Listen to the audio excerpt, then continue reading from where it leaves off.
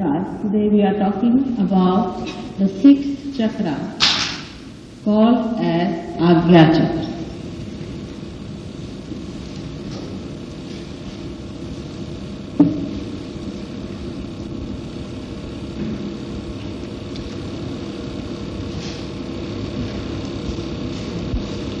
The Gya words means to know.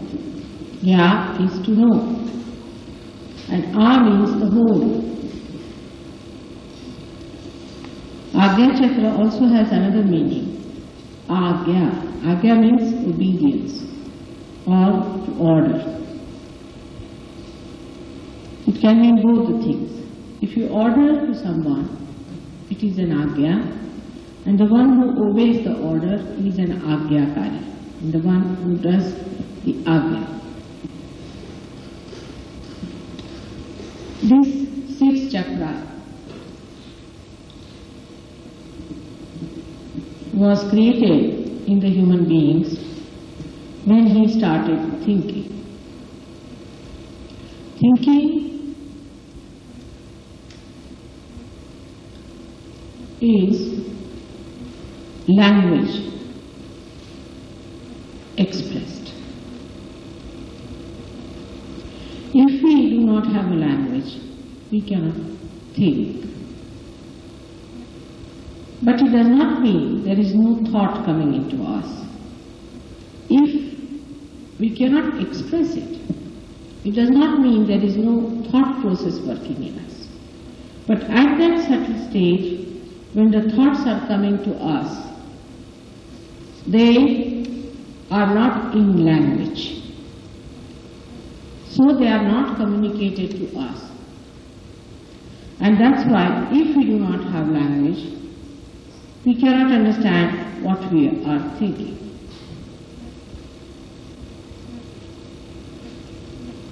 That's why you must have seen children cannot communicate to us what they want because they cannot say what they are wanting.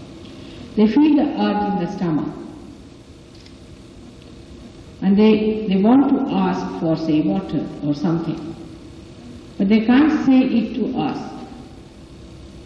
And that's why they cannot think what they have to say about. But afterwards, when you start thinking and putting it into language, that language is stored in our brain, as shown in the picture on the left-hand side and also on the right-hand side of that yellow and black. Then it comes back to us later on as thought waves, as if somebody is talking to us. But before the language starts,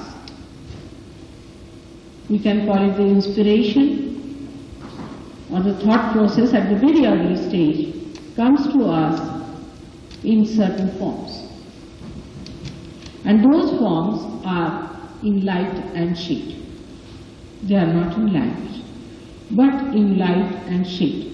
And after coming to Sahaja, if you go deep into your thoughts, you will find they are nothing but lights and shade that are covering our Agya Chakra.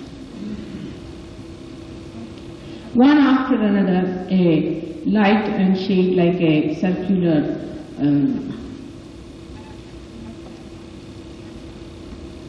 lighthouse, they give a kind of a pattern in our head. Now these patterns are molded into language by us at a very early stage, and these are sort of filled into the cups of language, and then these cups are kept reserved in the brain and they come to us that way. When we think, we really understand it because it's a language that comes to us. So what happens to the animals? Do they think or not? They get a thought, an inspiration. But they won't be just thinking about it. Now these inspirations come to them as words when they start living with human beings. So these inspirations go into the thought again as we do. For example, you give somebody a name, say you call him say Tom or something you call a dog. So now he knows that this word means calling me. So he connects himself with that word. But when he does not have the word, when he is just an animal, he is just there, he doesn't think. That's why they are very spontaneous and we are not. Animals are extremely spontaneous, but because they do not think the way we think. And this has created the greatest problem for human beings, how to get beyond thoughts. It's a little complicated thing because perhaps I can see that very clearly as you cannot see the light. And then the light forms the language. And then language, according to us, becomes our thoughts. But these thoughts are really conditionings on us, and they are not inspired things. They are not coming from inside, and that's why we are not spontaneous. For example, if I am sitting here, now I cannot keep quiet as a human being. I'll be thinking about something. I'll be thinking, what am I going to say? Then should I say this or not? Or if I say this, will that be all right or not? Will that go into their heads or not? All sorts of thoughts will be coming into my head. Then from one side, I will be questioning myself. From the other side, the answers will be coming. All right, you say this, and if you say like this, they may appreciate you. Go this way, that way, they will understand. Like that. You see, so the sorting out goes on in our brain through our experiences of this lifetime of ours. Whatever have been our experiences in this lifetime, in dealing with people, in getting experiences from others, all these are conditioned into our brain. And the whole thing becomes a thought process, which comes to us through this interaction of thought and action and thought. We just start weighing which action to take, what thought to be put in, how to solve it, and we think we are analyzing ourselves. It's a very superficial thing. Actually, you do not analyze anything whatsoever. You do not. As I told you the other day, you do not do anything. So your thinking is nothing but a bubbling going on. Because when, like a sea even, which is so deep down, so quiet, when it touches the shore, it has a action and reaction. In the same way, when you are seeing at something, because your attention is outside, immediately a thought wave is created out of that, which goes back and gives you all the images about it, whatever you know about that particular thing, and it comes back to you as a thought process. It's going on all the time. And it can be so maddening that we cannot stop our thoughts. It just goes on like mad. You don't know, you can't sleep because thoughts are coming. Sometimes they could be horrifying, sometimes they are gratifying, sometimes romantic, sometimes absolutely negative, sometimes very positive, sometimes you feel I must do this, sometimes you feel I shouldn't do this. But when you actually do, you do not think. It's surprising, we never notice that when we are doing that particular thing, supposing I say I am going to speak, these things. Now when I have thought about it, that I thought say about 10 minutes before, when I am speaking it, I am not thinking that what I was going to speak. Because that time I think and built in that process of thinking into my brain and put it somewhere stored, and then now when I have started this flow, that is coming directly. So human beings have developed, I should say, a process which can be a very sickening thing, very, very sickening. And this comes out of both of these. Is one, the left side that we call the ego, which has gone this side, and the right side we call the super-ego. All the conditioning on the right-hand side of the super-ego gives us the fears, the dangers, the possibilities, whatever we have experienced before. As they say, those who have been burnt by milk also take a cold drink after blowing it a little.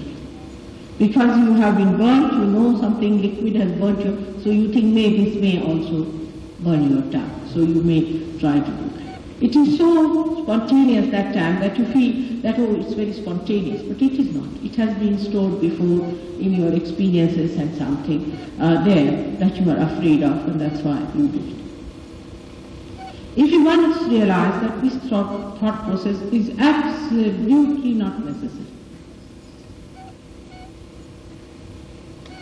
for us to exist, there is no need to have any thought about the future or about the past if you want to exist as human beings. Animals do not bother. For example, animals know that they are going in the jungle. Now suddenly they find some other animal coming from there, and they know that you have to attack. Now what's the use of thinking about the animal that is going to come? Supposing it does not come, then it's such a waste. But they have a hole here, and they have no problem as we have, because they have a hole, the whole thing goes out. It doesn't stick for more than a minute in there. But you can condition them also by experiences they are conditioned. By experiences that they have had so far about other animals and things, they are conditioned, and they act accordingly. So there's a tremendous difference between us and them, is that we think about everything. I mean, we think it's a very great thing to sit down and think about. And we think it's very wise to sit down and think about it. Any problem comes in, we think, better sit down and think about it. But now what do we do when a problem arrives? We think about it in relation to whatever we have been doing before and whatever our experience have been. In the same way, they want to think about Sahaja Yoga. Now you cannot think about Sahaja Yoga. First of all, you become thoughtlessly aware in Sahaja Yoga to begin with. You cannot think. But it is a happening about which you cannot think. It's a living happening. Thinking is a dead movement. It's not a living movement. Whatever is dead in us comes back to us as thought. Inspiration is living, not the thinking. Inspiration is very different from the thought. For example, books are in the library. Everything that we have thought of or have got it or experienced is in the books. Whatever is new coming to us is the inspiration. Now just find out how many new things you are thinking. Perhaps not even a sentence. Mostly we say that this gentleman said so, that gentleman said so, that gentleman said so, or I said so, said. If you can think about that is coming, just coming to you, you don't have to think for it, it just comes in. It is inside you, it just emerges and expresses itself.